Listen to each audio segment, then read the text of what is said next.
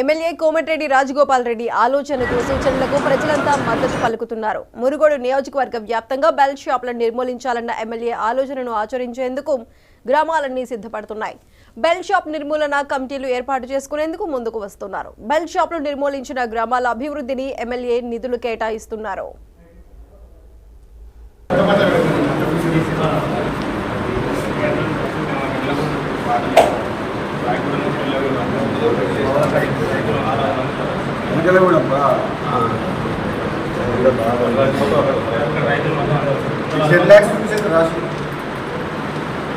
First అయితే 10 లక్షల రూపాయలు CC road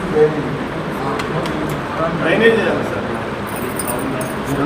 under ground drainage చేసుకోవాలి. మొత్తం డెవలప్ చేద్దాము.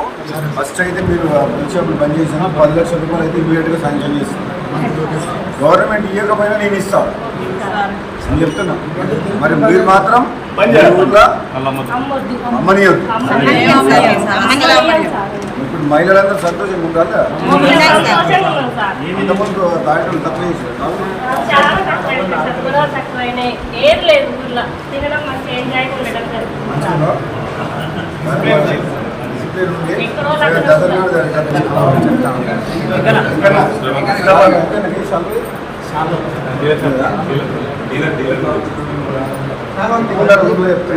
డెవలప్మెంట్ చేస్తాం మంచిగా కూడా.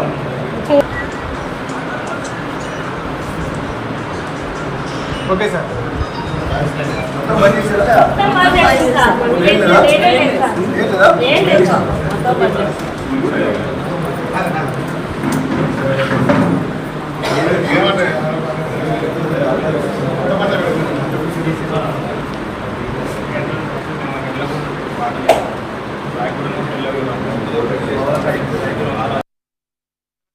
మునుగోడు మండలం రావిగూడెంలో బెల్ట్ షాప్ నిర్మూలన కమిటీ సభ్యులను క్యాంపు కార్యాలయంలో ఎమ్మెల్యే సన్మానించి అభినందించారు.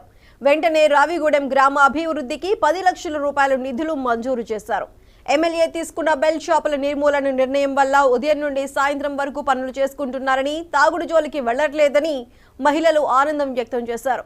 ఎక్కడ పడితే అక్కడ బెల్ట్ షాపులు ఉండటం వల్ల యువత మద్యానికి బానిసై కుటుంబాలు ఆర్థికంగా చితికిపోతున్నాయని మహిళలు ఆవేదన వ్యక్తం చేశారు.